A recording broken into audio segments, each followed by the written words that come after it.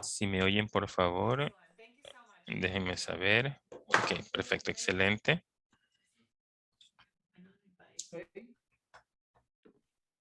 Vocês estão nos ouvindo aí? Quem fala português, câmbio. Yes, we can hear. Yes, thank ¿Nos you so oyen en portugués? Sí, perfecto. O sea, en inglés. Estamos aquí reunidos desde la oficina del PNUD en Nueva York. Nos es muy grato el contar con un grupo de presentadores aquí hoy, quienes van a hablar sobre el tema de salvar los bosques grandes para salvar el planeta, y la importancia de los bosques intactos y quiénes son los guardianes de estos, quienes van a compartir con nosotros su labor, sus prioridades y necesidades. Quiero darles la bienvenida a todos y recordarles que hay interpretación en 4 lenguas, en ruso, portugués, español y francés. Pueden ir a la parte inferior de su pantalla, donde verán un globo que dice interpretación, y allí seleccionar la lengua en la que desean escuchar y participar, o sea, para que escuchen el diálogo de hoy. Quiero ahora darles un vistazo de qué es lo que va a suceder en la próxima hora y media. Y bueno, nos alegra mucho contar con su presencia hoy. Gracias. Estamos aquí para celebrar este excelente libro que mi amigo y colega John Reed y creo que Thomas Long escribieron. Es excelente.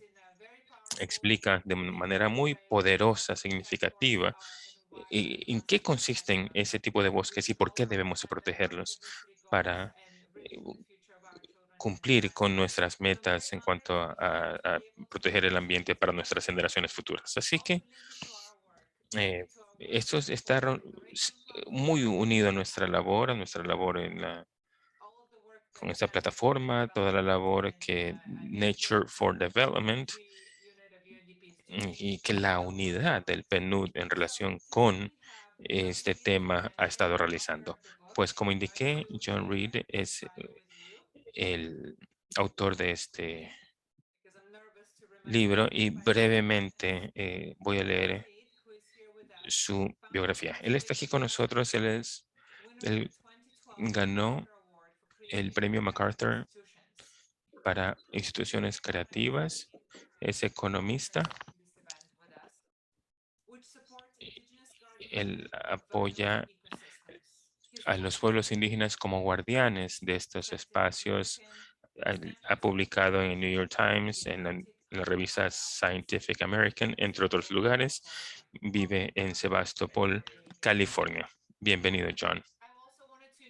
También me gustaría presentar a mi como moderadora, Claire de la Paz. Ella trabaja con el PNUD, ya por mucho tiempo ha apoyado y ha sido aliada de pueblos indígenas y comunidades locales.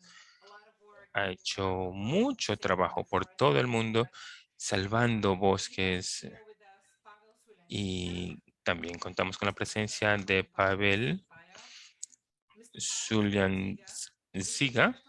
Él es presidente de la Junta Directiva del Fondo Internacional de Desarrollo de los Pueblos Indígenas de Rusia, conocido como Batani. Actualmente es profesor visitante en la Universidad Dartmouth.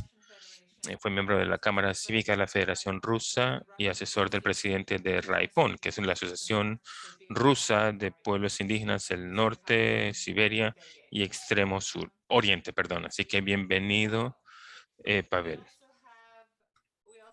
También contamos con la presencia de nuestra delegación amazónica, o sea, del bosque amazónico, Ángela Cachiana, quien es líder de la Amazonía brasileña de los pueblos Cachiana, Taneyana. Es una reserva que está en la parte norte del estado de Pará, limítrofe con Surinam. Ella es miembro del equipo directivo de la coordinación de las organizaciones de los pueblos indígenas de la Amazonía, COIABI.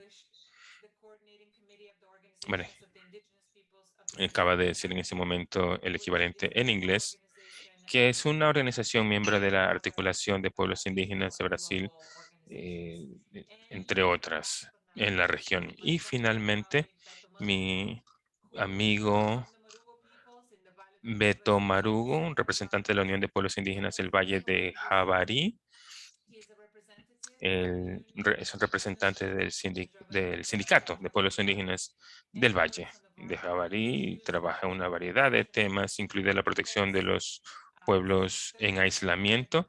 Esta es su tercera participación en el foro permanente. Bienvenidos todos. De nuevo, es excelente contar con su presencia aquí y espero que este diálogo sea muy enriquecedor.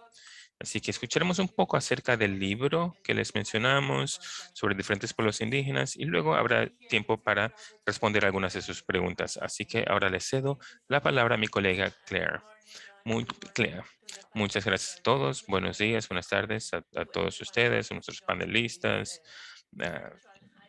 a todos los que nos acompañan en este evento virtual híbrido, que es un reto ya de por sí, hacerlo en persona, bueno, no se diga de manera híbrida, pero bueno, estamos aprendiendo aquí juntos a navegar en este nuevo mundo, si se quiere. Entonces, hablando de la declaración, la plataforma de la primera declaración, nuestros aliados, entre esos el PNUD, pues les agradecemos a Forest for Life, entre otras organizaciones que son parte de esta alianza que ha estado trabajando para proteger estos bosques y claro, la Fundación Niatero,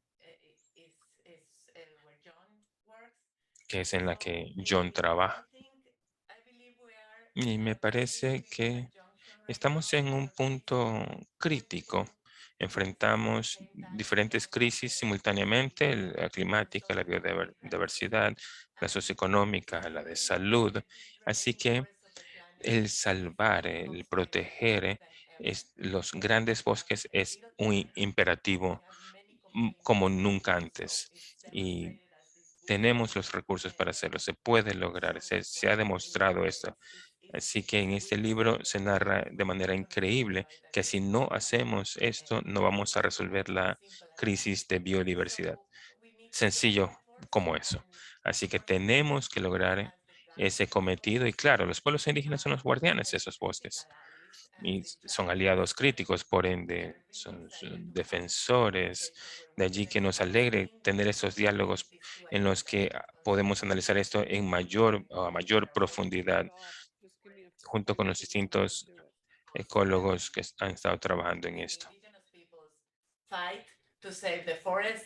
La idea es ayudar a los pueblos indígenas a salvar sus tierras y territorios y de allí salvar los bosques. Así que bienvenidos a una sesión tan interesante y bueno, les cedo ahora la palabra a John. Gracias, Claire. Hola, Nina.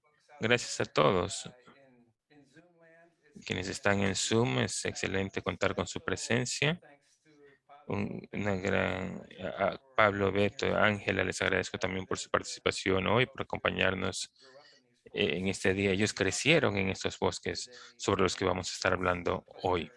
Es un placer para mí el poder trabajar con ellos.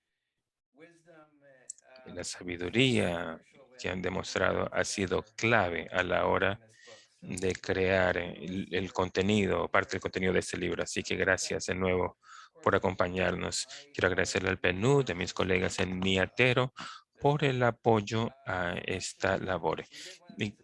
Hicimos uno de estos eventos ayer. Hubo muchos micrófonos que estaban activados, y así que por favor les recuerdo apagarlos o desactivarlos. Y si tienen alguna pregunta, por favor escríbanla en el chat. Trataremos de responder la mayor cantidad de estas, tal como nos sea posible al final de de la presentación. Entonces, voy a compartir mi pantalla.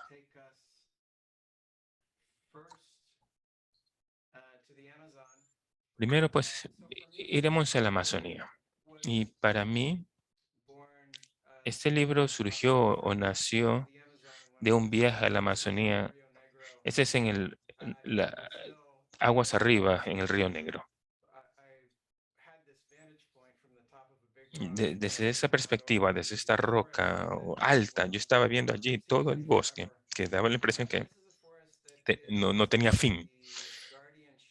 Y es un bosque que está bajo el cuidado, el resguardo de pueblos indígenas. Así que todo lo que ven en esta imagen Y si se volteaban y miraban hacia el otro lado, veían el río, igual, el territorio del Río Negro bajo el cuidado de los pueblos indígenas también. Territorio que es donde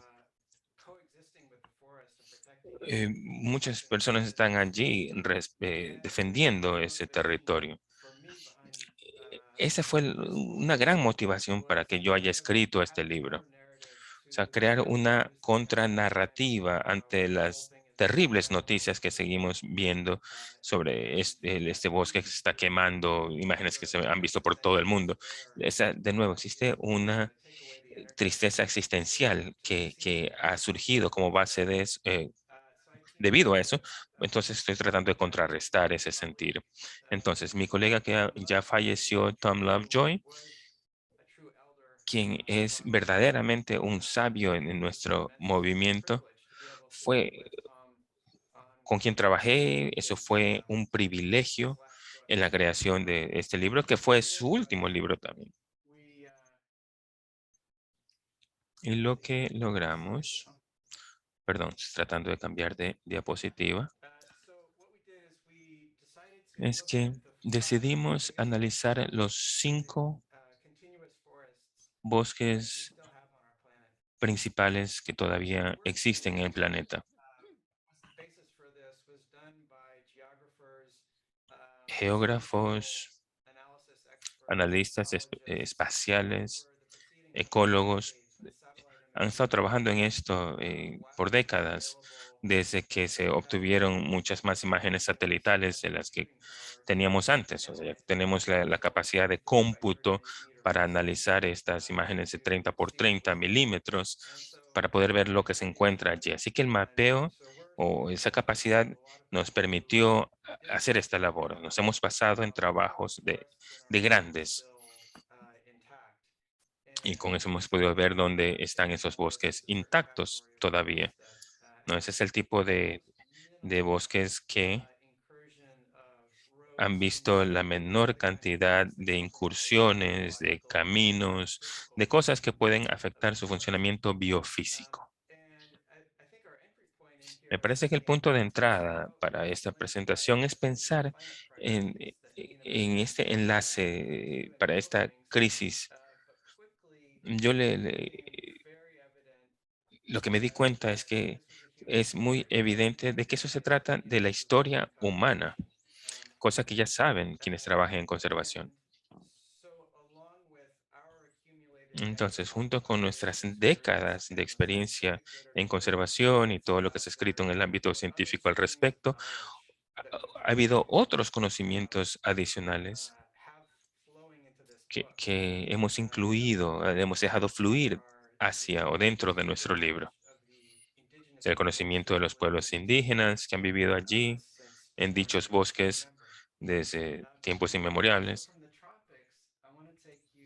Y de las áreas del trópico, quiero llevarlos al norte, arriba, a lo que llamamos el megabosque norteamericano, que es una combinación templada boreal. Entonces, en el Yukon, cuando llegué yo a esa área por un viaje de investigación en el 2019, yo conocí a estos dos ancianos, Clifford McCall y John Ackland, quienes están aquí. Bueno, los ven en esta imagen y ellos nos llevaron para contarnos sobre lo que ellos hacían cuando eran jóvenes, siguiendo los distintos recursos existentes en su territorio. Y una de las primeras preguntas que recuerdo haberles hecho es cómo dicen bosque en su lengua, o sea, lengua cascadena. Y los dos se miraron el uno al otro y empezaron a hablar en su lengua. Empezaron a contarse cuentos y yo pensaba que estaban quizá o sea, diciendo algo de mí o riéndose, pero bueno, ese joven blanco que ha estado viviendo en su territorio que habla su lengua, y yo me preguntaba por qué es tan difícil que ellos expliquen cómo se dice bosque, o sea, si hay bosque por todos lados. Pero lo que pasa es que Los árboles, los spruce, que son blanco y negro, o blancos con negros, que son dominantes en esta área boreal, en este tipo de bosque, son muy típicos y esa fue la palabra que utilizaban. O sea, no tenían una sola palabra, sino como una descripción, ¿no? O sea, como ese tipo de árbol denso. Y luego hubo otra frase que mencionaron, que fue de Chintab, que estoy seguro que lo estoy pronunciando mal, que quiere decir entre los palos. Entonces, en Casca no hay una sola palabra, un sustantivo que signifique bosque, son equivalente, sino es donde se unen las personas en determinado entorno y esa relación, ese momento, a eso se le llama bosque.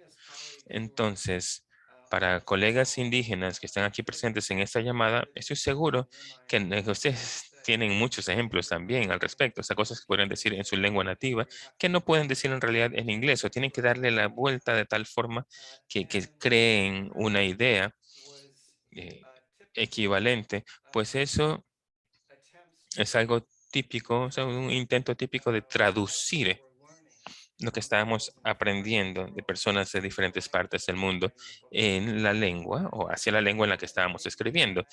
Y en ese momento admito que me sentía un poquito incómodo con el proyecto en sí. O sea, nosotros tratando de hablar de bosques, que pensamos que no es un grupo, un conjunto, conglomerado de árboles, ¿no? Pero el concepto de las personas que viven allí, en esos lugares, es diferente. No existe esa separación entre un grupo de árboles y los lagos y el cielo y la tundra, las montañas que están allí cerca. Sí, con esto a lo que me refiero es que conforme tratamos de avanzar como comunidad y hacer algo positivo para los bosques de la tierra, tenemos que tener estas fuentes de conocimiento sirviendo de base o construyendo nuestros esfuerzos, nuestra labor. He enfrentado situaciones en las que no había palabras para bosques, otras en las que tenían muchas palabras para eso. Así que la siguiente, pues, es en el Papúa Oriental, Occidental, perdón, en Nueva Guinea.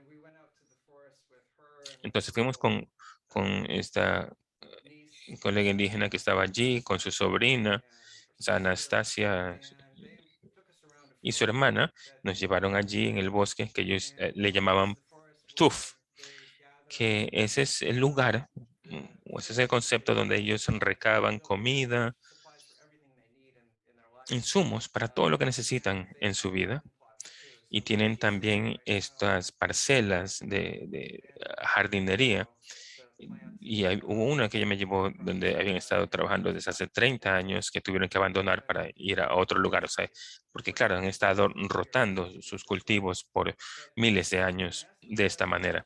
Y cuando le pregunté lo mismo acerca de qué es o cómo se dice un bosque, otra persona que nos estaba guiando, Finche, ella me dio otras palabras. Entonces, si estaban en el bosque, lo que nosotros llamamos un bosque primario, o sea, un término totalmente impreciso, quizá le llamaban Arin o Traut, según el clan, si era un lugar más secreto o sagrado. Para ellos le llamaban Mos, pero Mos también puede significar naturaleza en cuanto al sentido del conjunto del universo.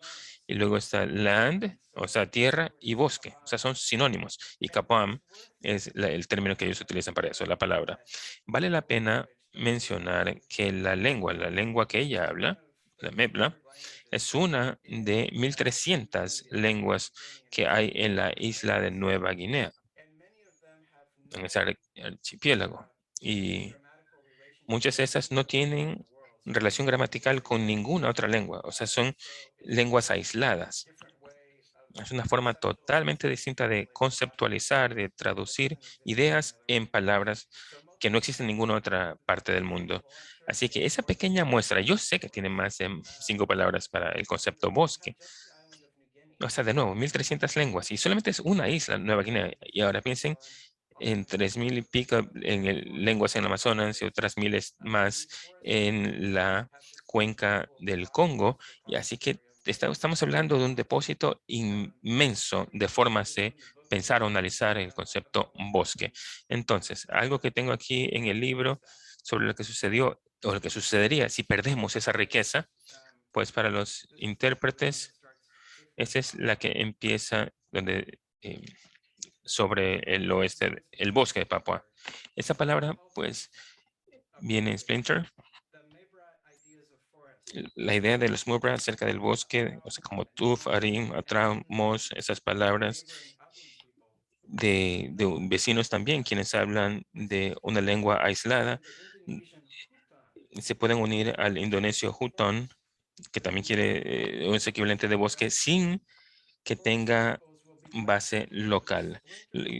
Los bosques, si se pierden, lo que pasaría es que les tocaría hablar en una lengua de malayos, que es una lengua franca debido a la falta de unión con esta. Y bueno, cada lengua que se pierda tiene una relación con esta parte del mundo y el imperativo de no perder esta identidad en los megabosques y esa forma pragmática a la hora de no quemar este conocimiento, estas bibliotecas de conocimiento que existen allí es tremendo y ahora más que nunca. Les quiero mostrar un ejemplo de este idioma que está en otro aislamiento lingüístico. No hay una fuente, una raíz lingüística en común.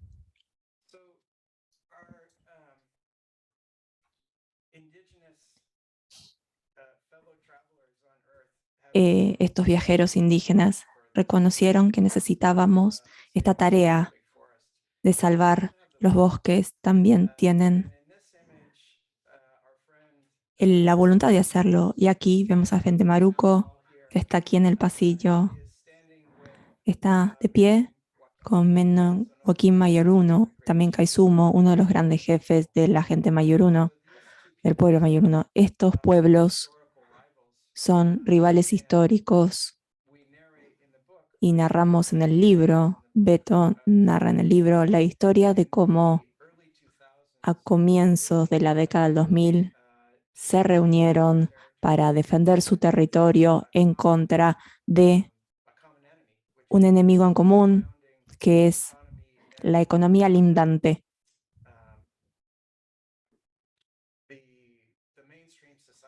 La sociedad mainstream que rodea el territorio indígena y lo sigue presionando. No voy a contar esa historia, lean el libro para eso. Pero ellos siguieron con este trabajo y en los últimos 3 años, que han sido un punto bajo para el compromiso gubernamental de la protección de las tierras y los derechos indígenas, ellos usaron sus propios recursos para luchar con equipos de patrulla que patrullaban el propio territorio. Esto es un lugar importantísimo porque no solo son tribus que tienen interacción con la tribu Maruba, con Beto, con la sociedad lindante, pero también hay por lo menos 10 grupos de gente que vive en aislamiento voluntario, tribus sin contacto con los que comparten territorio. El trabajo que están haciendo es de importancia trascendental. Beto tiene unos comentarios muy bonitos en el libro acerca de la diferencia entre una selva que tiene su gente que la proteja y una selva que no tiene. Y esto es la última diapositiva que tengo, una foto de cómo es este bosque. Este es un árbol en la parte occidental del valle,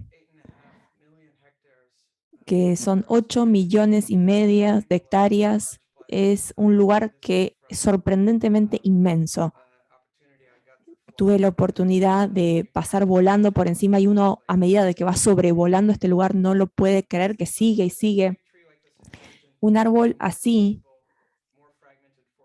en una selva más fragmentada, no estaría ahí. Y estos árboles no son interesantes, son sagrados para los pueblos indígenas que habitan estos bosques. Solamente voy a cerrar con otra lectura y le voy a pasar la palabra a Beto y a Ángela para que ellos hagan sus propios comentarios. Voy a empezar diciendo, el libro no se trata solamente de la tutela de estos ecosistemas.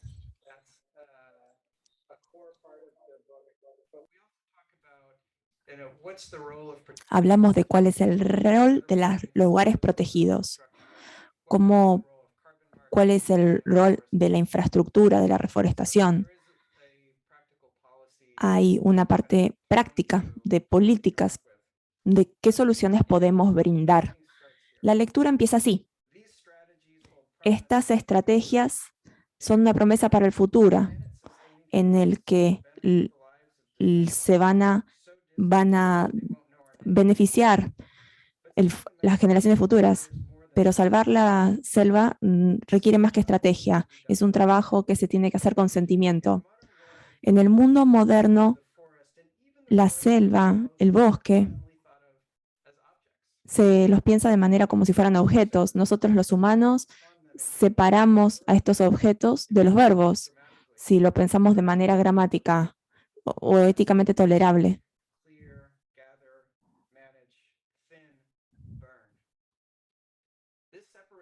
Esta separación es poco común entre la gente que vive aquí. La familia de Momo, ellos se remontan a 50.000 años en los bosques de Nueva Guinea. Como la mayoría de los clanes, los Momos tienen una historia de origen que llegan a las épocas prehumanas. Ellos identifican a los cacatúas negras como las que vuelan en las montañas como ancestros. Los clanes describen que los canguros o las serpientes enmascaradas son criaturas con las que tienen líneas ancestrales ininterrumpidas y con ellos comparten la sombra. La gente que conocimos para hacer este libro repiten refranes acerca de su relación con varias formas de vida del bosque no humanas, la época en la que la gente y los animales conversaban en el mismo idioma. Algunos siguen conversando. Para que la humanidad moderna pueda conservar los megabosques, tenemos que cuidar el mundo como si fuera una familia. Tenemos que pensar en el sujeto y en el objeto como lo mismo, en un sentido material y evolutivo, así lo son. Así que gracias por escuchar a todos. Le doy la palabra a Beto para que él haga sus comentarios y luego Ángela y luego Pablo. Voy a parar de compartir mi pantalla. Gracias, John. Gracias, John.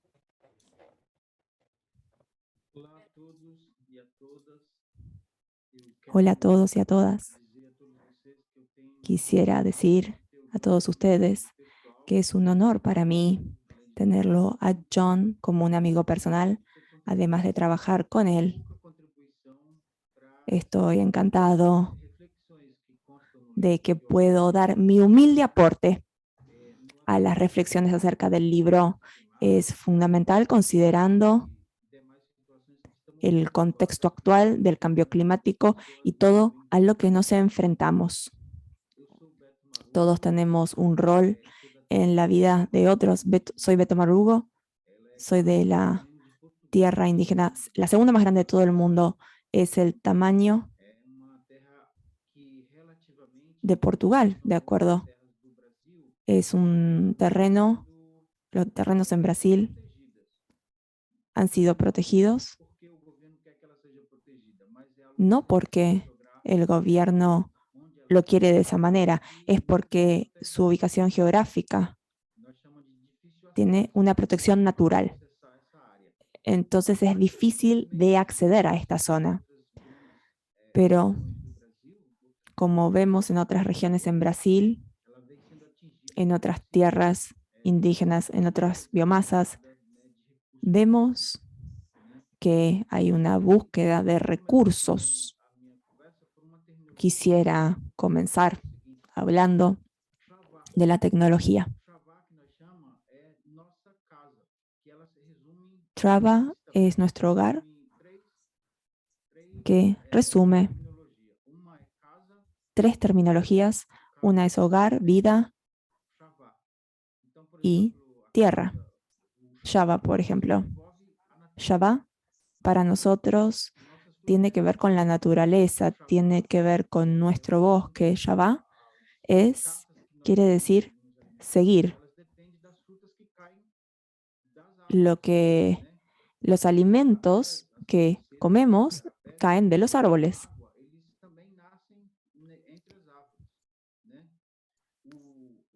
El río nos brinda nutrición, el aire que respiramos está purificado por los árboles y la tierra nos da cultivos para poder plantar, para cosechar, así podemos comer los alimentos de Javari. No sabemos por qué nos brinda vestido. No sé por qué quieren separar una cosa de la otra. Esto genera la destrucción del planeta porque el concepto de bosque para ustedes es un elemento que no está vinculado con la vida. Lo vemos en Brasil, a pesar de que es un país que produce muchos productos básicos. No tienen en cuenta la mentalidad. Está divorciada, destruyen la naturaleza para recibir un solo elemento, la vida, el bosque y la tierra. Ellos intentan ver la tierra como algo que no está conectado y destruyen la biomasa. Es algo que nosotros del Valle de Javari no entendemos, es ilógico. Es lo que hace el hombre blanco, destruye el planeta. Estamos enfrentados a una situación donde nos estamos matando. Y esto es algo que nuestra familia no entiende. Cómo se pueden olvidar de la importancia del bosque y le dan solamente prioridad a la tierra cultivable. 2 cosas disociadas. La importancia de la biomasa ya está demostrada en todo el mundo, pero lamentablemente no veo ningún prospecto de que los líderes, las autoridades debatan este tema de manera seria. En COP26 tuvimos mucha gente que participó y muchos líderes dijeron, tenemos estas prioridades. Uno de ellos es reducir la emisión de carbono y con la guerra de Rusia podemos ver que hay tantos países que todavía dependen del combustible del petróleo. Siguen posponiendo este tema por 20, 30 años, así que vemos que este tema no se debate de manera seria, con excepciones de algún que otro debate que están ocurriendo que no aceleran este proceso. Aquí estoy participando en el debate del cambio climático, pero mis parientes que están en los pueblos piensan que esto es un disparate. Esto es necesario para sobrevivir en el planeta, así que espero poder contribuir a este debate acerca de la importancia del bosque que figuran en el libro. Creo que nos invita a una reflexión muy importante para la preservación del planeta. Hola, buenos días.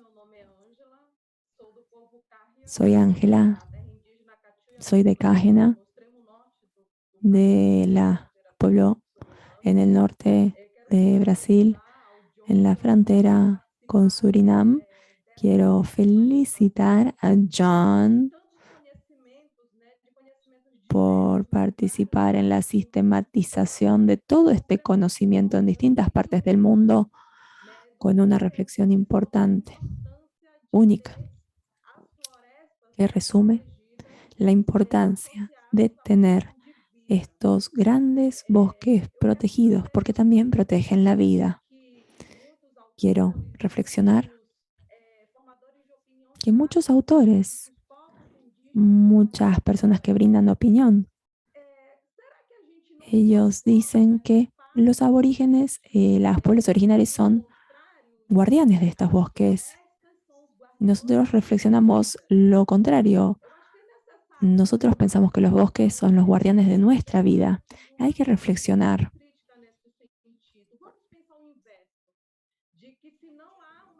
Pensémoslo a la inversa. Si no hubiera bosques, si los bosques no estuvieran protegidos, no solo no protegerían nuestras vidas, no solamente de los pueblos originarios, porque hablamos acerca de distintos temas, imágenes muestran el equilibrio del clima, depende de la conservación de esos bosques. Cuando hablamos de los bosques, tenemos que analizar el tema en profundidad. No hablamos solamente de árboles. Cuando hablamos de bosques, realmente estamos hablando de proteger la diversidad de la vida.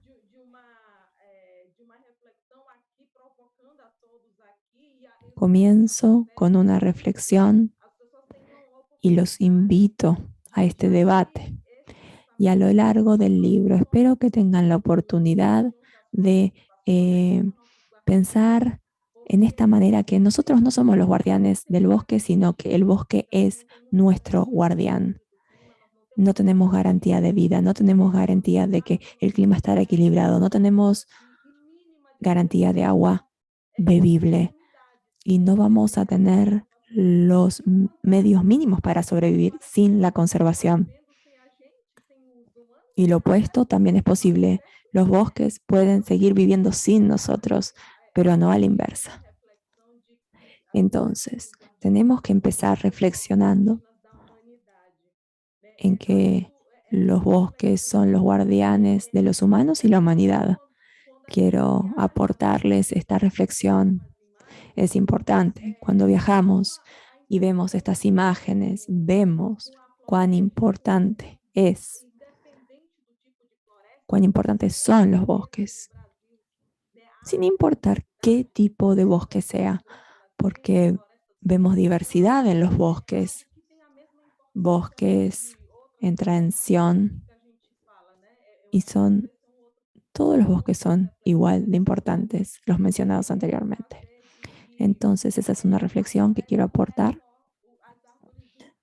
Los bosques no solamente son los árboles, pero un grupo que garantiza la vida. Por otro lado, tenemos una lucha duradera y se diferencia con otras partes del mundo en relación con los derechos indígenas, la demarcación de los territorios indígenas. Y hay una pregunta de la sociedad brasileña. Nos preguntan, ¿por qué tienen que demarcar tantos terrenos indígenas? Porque la gente tiene una conexión con su tierra que se comercializa. Brasil tiene mucha tierra y pocos pueblos indígenas. Así no lo vemos. Nosotros se comercializa el territorio. Hay que demarcar el territorio para demarcar la vida de las personas que dependen directamente del sustento que les brinda esos bosques. Así pueden vivir una vida equilibrada, así nos podemos asegurar que estos pueblos vivan. Necesitamos el derecho a vivir, que está asociado no solo con DDP y cosas materiales, sino sobrevivencia cultural, espiritual, que tiene un significado distinto, que está conectado de una manera mucho más fuerte para nosotros, los pueblos originarios. Así que con esta reflexión los invito a los otros pueblos originarios, a Pavel de Rusia. Pavel, me encantaría invitarte a que te sumes, a que concientices al gobierno ruso en este aspecto. Tu gobierno no es muy distinto al nuestro, que valoren las tierras indígenas. Es la única manera para que la humanidad sobreviva. Y nosotros como pueblos originarios, nosotros tenemos dicho a todo el mundo que la única manera en la que nos podemos asegurar que haya un equilibrio climático, que estamos pasando por una crisis climática, es entender las tradiciones de los pueblos indígenas y que los representantes de los pueblos indígenas en todo el mundo, nosotros queremos mandar este mensaje, queremos transmitir esta idea y queremos compartir esta reflexión con toda la humanidad. Sí, este tema se lo puede tomar en serio. Es un tema que se habla hace tanto tiempo, el tema del cambio climático, porque la única supervivencia es preservando los territorios indígenas y preservar el bosque. Muchas gracias.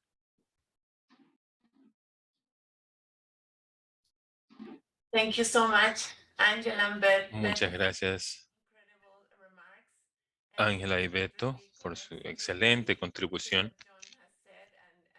Y eso va de la mano perfectamente con lo que John acaba de presentar a la hora de fusionar esas distintas perspectivas con una meta única en común. Pavel, ¿puedes por favor activar tu micrófono a ver si te oímos? Gracias.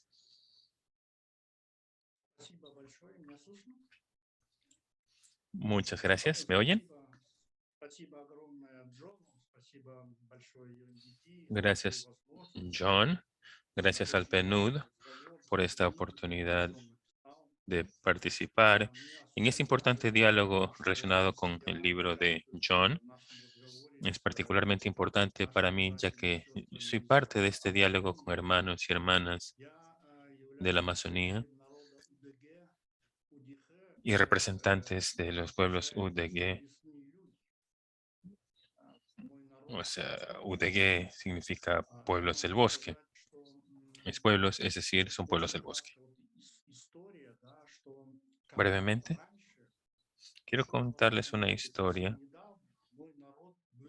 que algo que en el siglo XX se dio, y es que nuestros pueblos eran representados por 8 grupos distintos, según 8 ríos que habían allí en un entorno precioso, hermoso. Así que desde los 50 a los 70,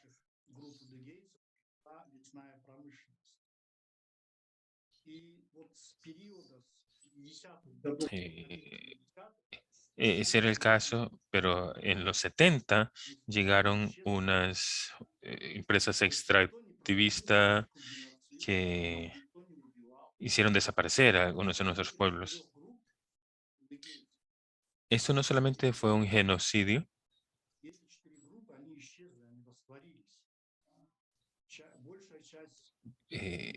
pero lo que lograron es desaparecer a 4 de estos grupos.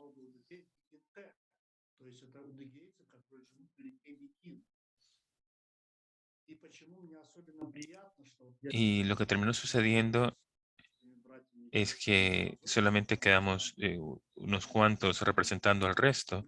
¿Por qué es tan importante esto? Y al compartirlo con pueblos en la Amazonía, es porque nosotros estábamos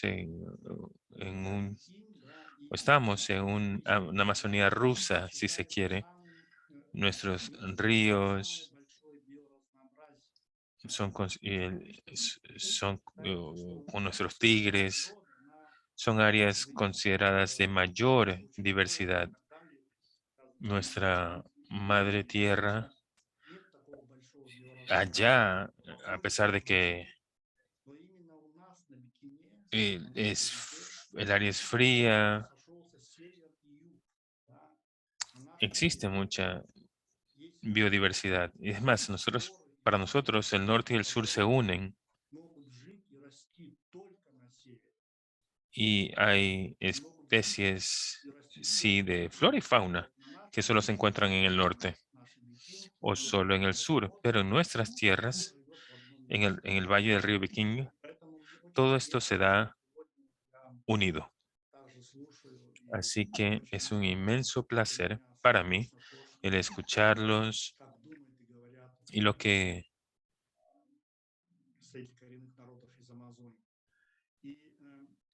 escucho de ustedes es lo mismo que pensamos y decimos nosotros. Quería indicarles que es la historia larga de nuestros pueblos. Y en los últimos años, la historia de los pueblos UDG, también de nuestro Tigre.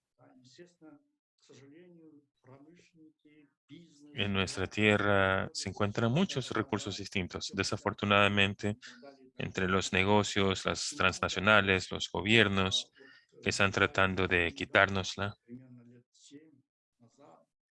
Sin embargo, hace 7 años logramos comunicarnos con el gobierno federal, nuestro gobierno, para crear un parque nacional dentro de nuestro territorio, el Parque Nacional Viking,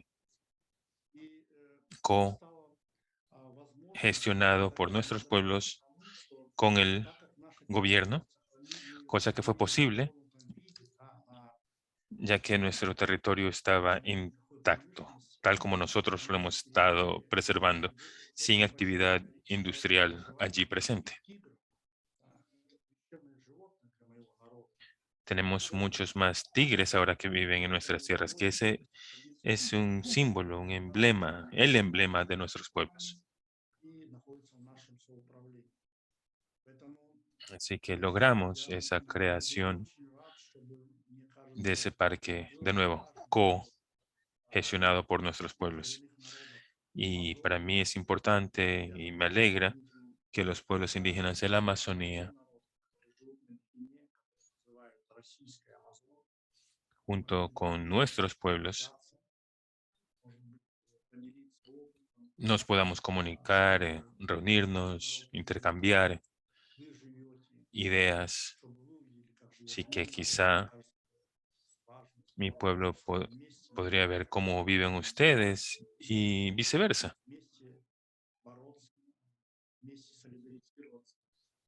Sería un intercambio de experiencias muy enriquecedor. El unir esfuerzos para preservar los bosques, ya que esos son importantes no solamente para nuestros pueblos, para los pueblos indígenas, sino también para la humanidad en su conjunto.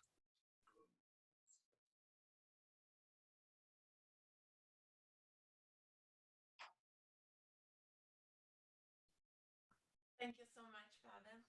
Muchas gracias, Pavel. We're gonna have our last panelist, Ahora Stephanie Wang from a Stephanie and Wang, she's gonna talk a little bit more about the work nuestra of última panelista, le cederemos la palabra para que nos cuente lo que con su organización ha estado haciendo en relación con estos bosques.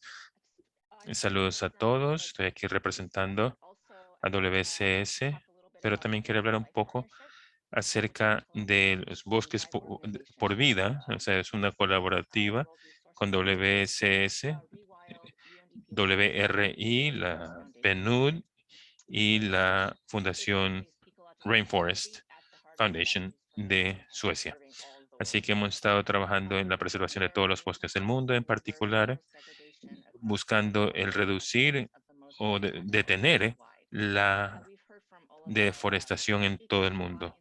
Así queremos agradecerles a los presentadores por indicar por qué es tan importante esta labor. O sea, ellos son los guardianes de esos bosques y la perspectiva de ellos, por ende, es clave. La idea es reducir las emisiones del mundo. Y sin la labor de ellos, el mundo estaría, o sea, el cambio climático estaría peor. Se estima que 139.000 millones de toneladas se encuentran bajo su biomasa. Y si uno analiza esto, o sea, si se emitiría a la atmósfera, el equivalente sería como si fuesen de todas las fuentes a la vez. También hay beneficios a los modos de vida. Y lo que hemos escuchado aquí también es que esos bosques tienen un papel tremendo en la viabilidad y el avance de los pueblos indígenas, ya que ellos están en los bosques intactos, como John mencionó, y han sido clave en la conservación de los mismos. Ha habido más de 250 estudios académicos sobre este tema en América Latina y que indican que la deforestación es mucho menor donde hay pueblos indígenas. También eso es algo que hemos visto. Y bueno, voy a tratar de...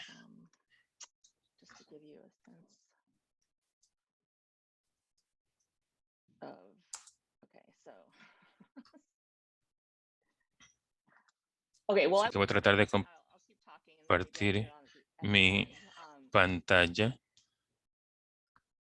Un momento. En sí. Este es un índice que mide la integridad de los bosques en todos los bosques del mundo. Integra información de distintas fuentes, la conectividad entre sí, para crear el primer índice global con base en cambios creados por los seres humanos. Y si puedes bajar la velocidad, por favor. Perdón, sí, hablo rápido. Sí, gracias, Stephanie.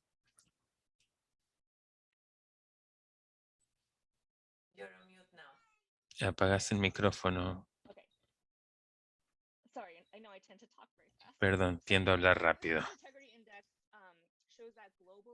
Aquí pues lo que se demuestra es que solamente 17.5 millones de kilómetros cuadrados, o sea, el 40% de estos bosques se pueden considerar como de alta integridad. Y de eso solamente 27% se encuentran en áreas consideradas de protegerse. Ese porcentaje es un poco más de la mitad. O sea, de estos se consideran de integridad ecológica, es decir, que hay mucho más por hacer todavía. Y sabemos que las funciones de mantener el carbono se está afectando rápidamente. Con base en una medida del 2016, se ha perdido casi 10% de los área forestal intacta. Es decir, ha habido un declive del 0.6% desde ese entonces. Los impactos en carbono de dichas pérdidas han sido muy inferior a lo que se ha indicado o lo que se esperaba. Y si seguimos así, la mitad de esos bosques seguirán degradados o mucho más para mediados del siglo. Entonces, en Forest for Life hemos estado trabajando en el fortalecimiento, en mejorar incentivos para la protección de los bosques. Y para que estos continúen secuestrando carbono como se ha estado haciendo, la idea es poder lograr esa meta del 1.5 grados. En un estudio del 2020 se indicó que para eso se necesita una combinación del conocimiento indígena con el apoyo y el conocimiento técnico del sector científico occidental. Así que se tienen que establecer medios de mercado, además de los fondos adecuados a través de movimientos filantrópicos para lograr el avance a la escala que se necesita para que esos bosques hagan la labor esperada. Y la Fundación Noruega que mencioné ha estado apoyando proyectos de gestión forestal que los bosques en sí han sido menores al 0.1% para hacer frente a temas de adaptación y mitigación en la última década. Así que se ha estado haciendo mucho al respecto. Entonces está el tema de financiamiento por un lado, por defensoría por el otro. Así que la idea es que puedan ayudar ampliamente y brindar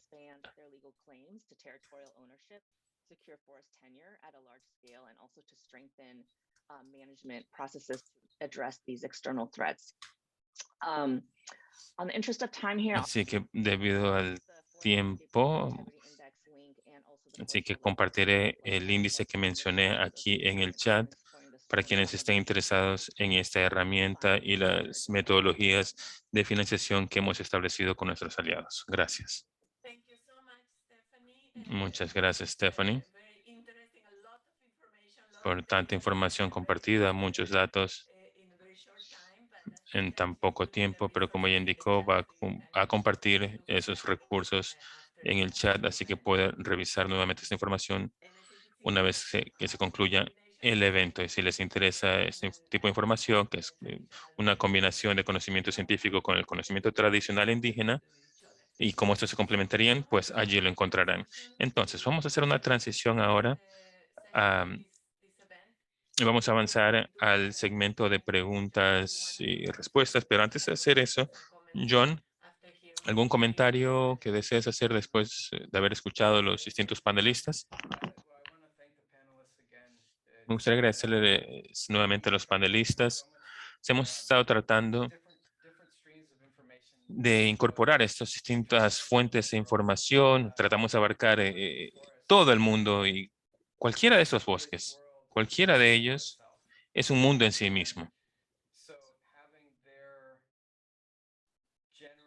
Entonces, el contar con el criterio o lo que han compartido estos ponentes es excelente. Ellos han sido quienes hacen esta labor posible, esta labor de defensoría. Así que un comentario, entonces, el tema es de que los pueblos indígenas son los guardianes del bosque versus los bosques que son los guardianes.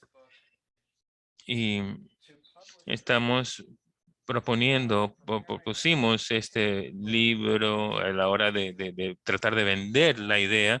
Fue difícil explicar eso de tal forma que las personas que trabajan por ellos, o sea, de conocer, de que ellos puedan entender este concepto, ya que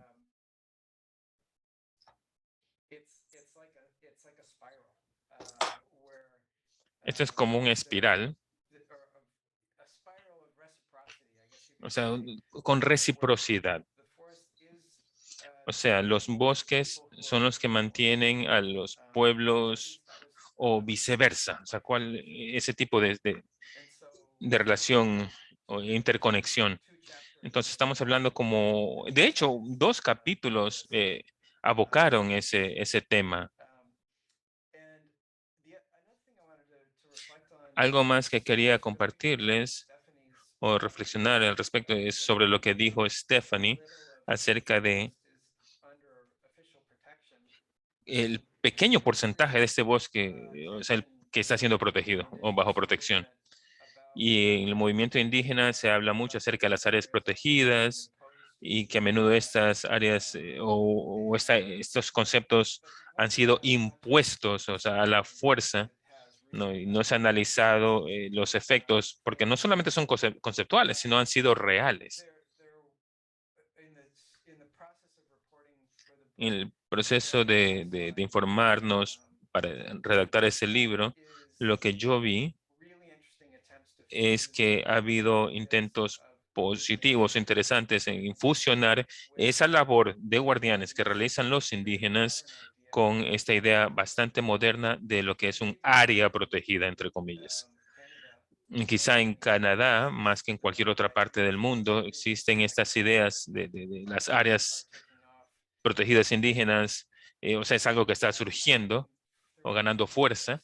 Y a lo largo de mi carrera he visto esta combinación fuerte, poderosa de pueblos indígenas con científicos no indígenas trabajando en conjunto. o sea, conforme dos culturas distintas se unen con una práctica o meta común, una forma de analizar algo de manera muy estrecha, cercana a lo largo de mucho tiempo, ha ayudado a que se creen estrategias que se basen de verdad, en realidad y no en ideologías o cosas que se han creado en espacios lejanos a los bosques. Y como vimos a principios de los años 2000, esa categoría de áreas protegidas en la Amazonía, por ejemplo, o sea, lo que ha sucedido es que esas categorías se han proliferado. Hay más herramientas para incluir el tema protección dentro del tejido social de los bosques. O sea, del componente humano que allí presente, que sería la única forma en la que la humanidad vayan a ser suyos o suyas, perdón, estas metas de protección in situ, porque hay personas allí presentes y si uno analiza los mapas y dice, bueno, ¿dónde podemos proteger un bosque? Pues allí, en esos lugares va a haber seres humanos. Se calcula que aproximadamente 1.000 millones de personas viven en esos territorios, en territorios en los que se podría expandir idealmente esta protección forestal. Ese sería un reto importante. Algo más que me gustaría analizar aquí con ustedes es el éxito que Pavel mencionó, que sus pueblos han tenido allá en esa región de Rusan. Y estuvimos hablando sobre eso ayer. Es que en Rusia tiene el bosque más grande del mundo. Hay áreas de uso tradicional que se han protegido y ahora se encuentra información al respecto en libros, cosa que Pavel ha sido clave en lograr. Además, hay una necesidad que no se ha abocado en cuanto a que los pueblos indígenas puedan ejercer el tipo de control compartido, la cogestión que han logrado allá. Me encantaría escuchar a las personas, a ver qué preguntas tienen. Muchas gracias, John. Y un ejemplo de estas áreas protegidas novedosas que se alinean con la gobernanza indígena es una manera importante de mirar al futuro. Yo pienso en donde tenemos en Ñemby Guazú áreas protegidas que se crearon por su pedido.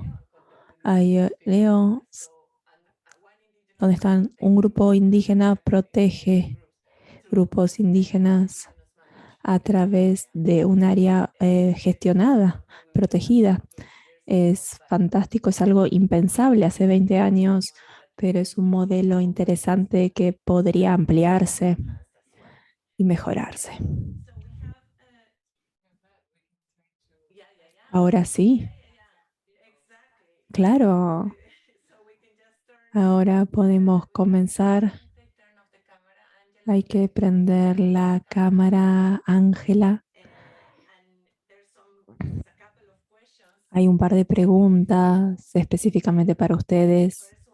La primera es, ¿cómo equilibran el trabajo local que ustedes realizan en sus comunidades con la defensoría global, como lo que están haciendo aquí esta semana en Nueva York? La otra pregunta es, ¿cómo la degradación de los bosques afecta a los pueblos aislados en especial?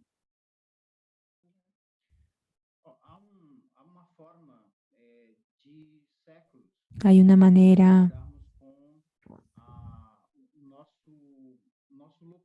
que ya está así hace siglos para que nosotros podamos trabajar con nuestro lugar, nuestro Shabá. Por ejemplo, el pueblo Morubo no tienen un lugar en donde viven por más de 10 años, a pesar de que esto es un requisito del gobierno. Ellos instalan escuelas y hay clínicas de atención médica para atendernos, pero nosotros elegimos un lugar específicamente para que la estructura gubernamental permanezca ahí, en la tierra indígena. Sin embargo, los pueblos y las familias, ellos se mudan, se cambian de lugares. Los recursos naturales, a medida que son más escasos, esos recursos naturales se cambian de lugar. La tierra se empobrece, así que nos movemos de lugar. Hay menos animales para cazar, así que nos vamos a otro lado. Las comunidades van a otros lugares en el bosque para tener vidas normales. La gente le llama capoeira a esos terrenos. Y los blancos lo llaman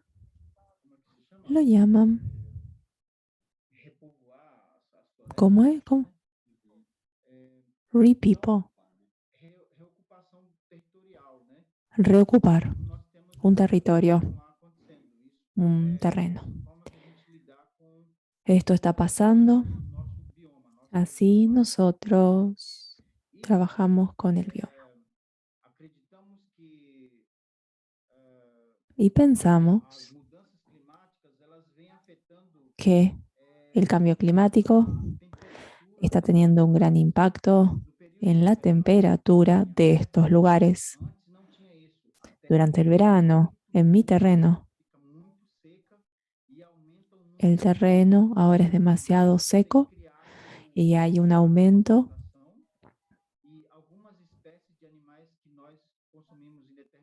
en algunas especies animales que consumimos.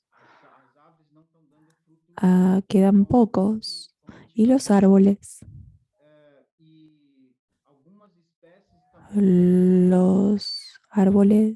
no dan fruto como antes. Algunas especies animales no se procrean como lo hacían antes, especialmente los pájaros que viven alimentándose de estos frutos. No tenemos tantos frutos como antes. Estos problemas que encontramos no los teníamos antes. Antes podíamos encontrar animales, había hojas. Ahora los animales se escaparon y no podemos encontrarlos. Para la segunda pregunta,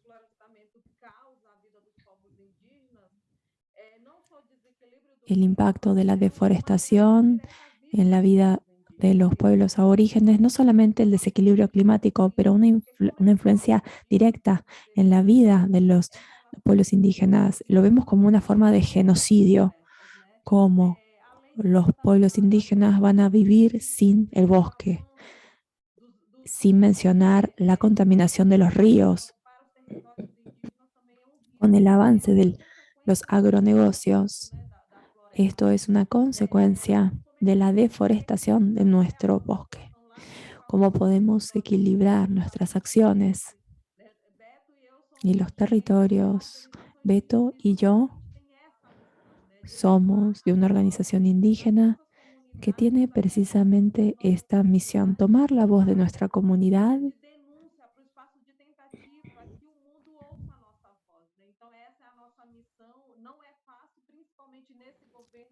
y que el mundo nos escuche. No es una tarea fácil.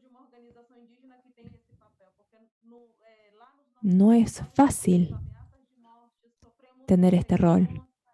Estamos amenazados, sufrimos de persecución, pero esta es nuestra misión. Vamos a luchar por cuanto tiempo sea necesario. Quieren decimar los pueblos indígenas en nombre de una economía para unos pocos.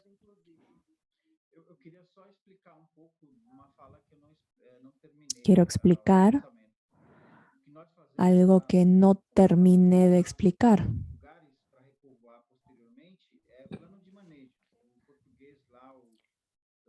esto de cambiarnos de un lugar a otro.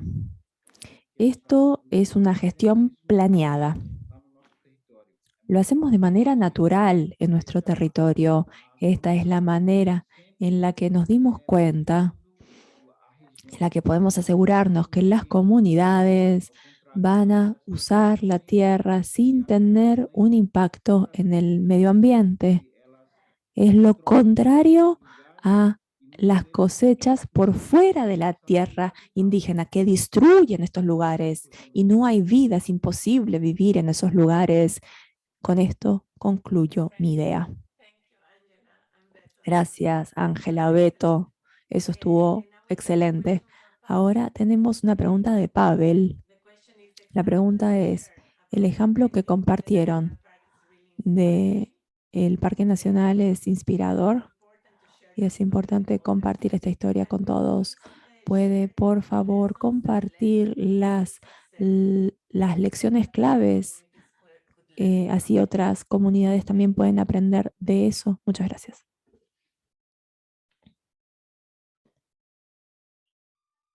Меня слышно? Да. Да, конечно. Я думаю, что, конечно же, наша победа, да, наша работа по 1 second, Pavel, sorry. The Un translation. segundito, Pavel. нашей территории, наших лесов, нашей тайги не была бы возможна. La victoria, la preservación de la tierra, de la taiga, no es imposible Важным для нашей победы. si hay razones, algunas cosas claves que son importantes para nuestra victoria. Primero, la unidad de nuestro pueblo. Cuando empezamos Нашу позицию, да, как нам защититься, ведь нас очень мало, да, a нас establecer очень малочисленно. nuestra postura, cómo podemos protegernos, porque somos menos que ellos, decidimos que teníamos que estar todos juntos. Своим соплеменникам Recuerdo decirle a mis hermanos y a mis hermanas que tenemos que trabajar codo a codo, tenemos que tener confianza mutua, porque si alguien, una persona o 10 o 100 se resisten, nos van a encarcelar. Pero si estamos todos juntos, todos los pueblos juntos, no nos van a aplastar y escucharán nuestra voz. Y lo voy a decir. Siempre seguimos este principio. 4 veces vinieron a mi comunidad, querían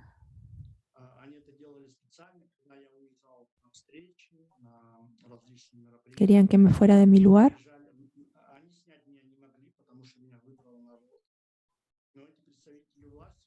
pero no podían simplemente deshacerse de mí, porque a mí, yo era electo por mi gente, por mi pueblo, pero vinieron a mi comunidad y dijeron que era un traidor. Pavel llega a acuerdos con los comercios, con los negocios, hace acuerdos, pero mi gente respondió, Pavel siempre va a volver, porque su familia está aquí, sus familiares están aquí. Si fuera un traidor, vamos a decidir nosotros mismos qué hacer con él. Lo vamos a ajusticiar en el río si fuera un traidor. Esto era importante.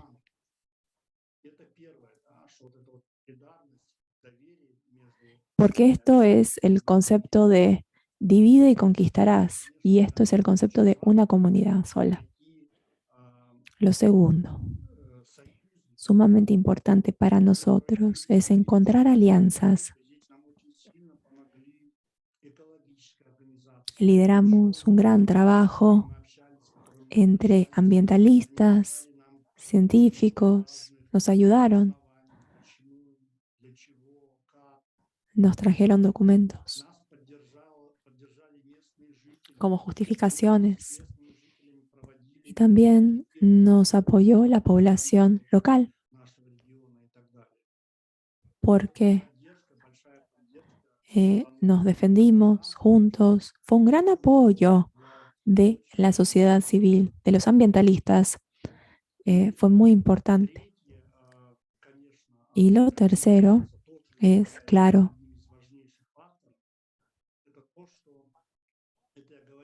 uno de los factores principales, clave, es una política que comenzó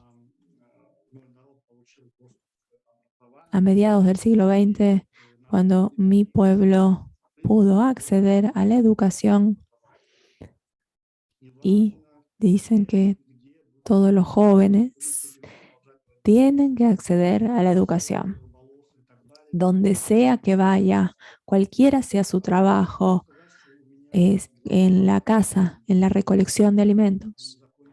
Mis dos hermanos, mis primos, fueron a la Universidad Politécnica, ingenieros, trabajan como politécnicos, pero también son cazadores. ¿Por qué esto es importante?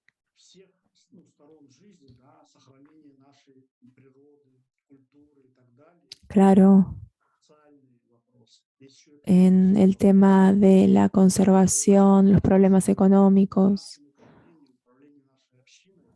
es sumamente importante que el jefe de nuestra comunidad, los jefes de nuestra comunidad, los responsables de nuestra comunidad, que estén educados, que puedan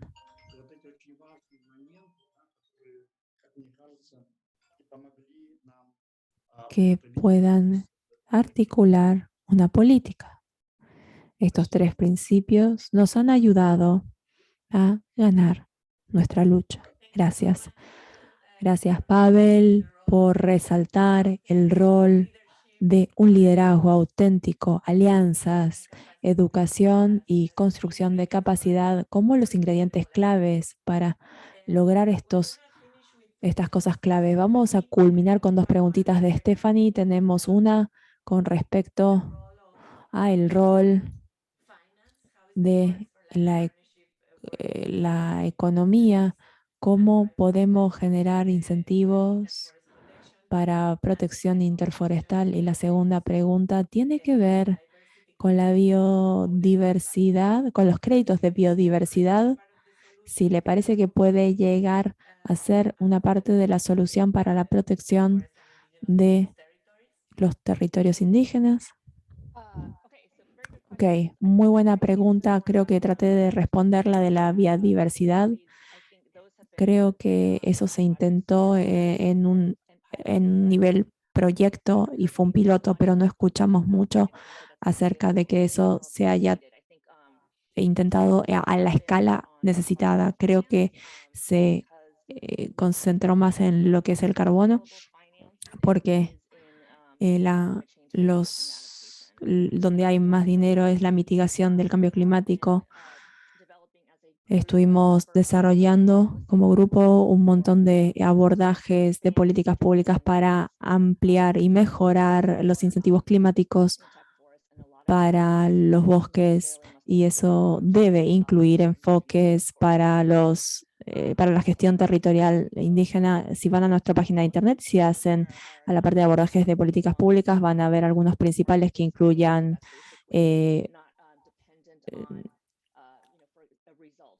algo que no depende del resultado, donde uno evita que se emita un montón de carbono. Y también hay algunos desarrollos nuevos en el mercado voluntario de carbono que se puede utilizar por los pueblos indígenas para acceder a eso. Ha sido el mecanismo y la triple C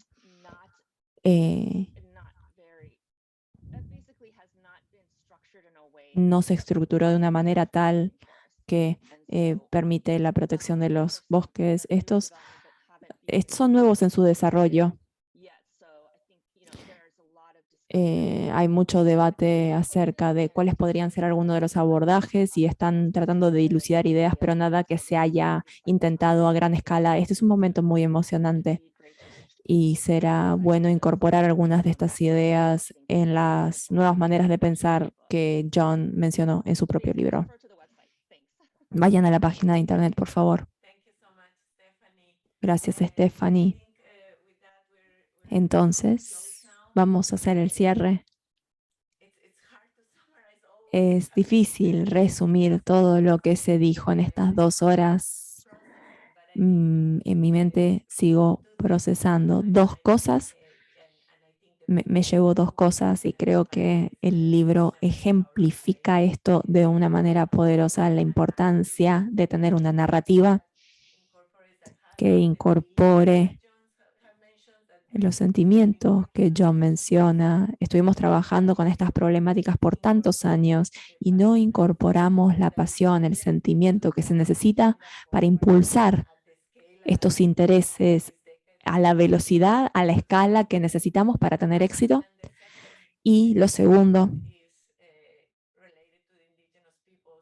con los pueblos indígenas, un rol fundamental, no solamente como guardianes, pero como líderes en este espacio, junto con conservacionistas y otros aliados, pueden realmente iluminar el camino futuro. Y por último, lo que John resaltó, el rol de los bosques como guardianes de la humanidad. Ese es un mensaje sumamente poderoso y habría que seguir, expandir las alianzas con Forest Declaration Partnership. Ese mensaje es sumamente importante.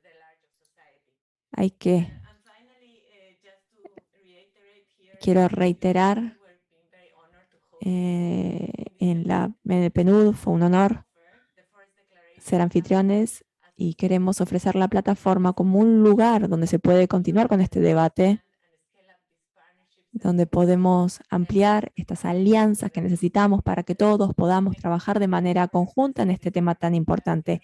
Gracias en todos los idiomas. Gracias, Pavel, gracias, John, gracias a todos los moderadores, gracias. Y a los panelistas fantásticos, gracias a todos, gracias por venir. Que tengan un bonito día. Gracias al equipo por su apoyo técnico, Dani, Mariana, y a los intérpretes. Gracias a todos los intérpretes por su trabajo, como siempre. Un gusto tenerlos aquí.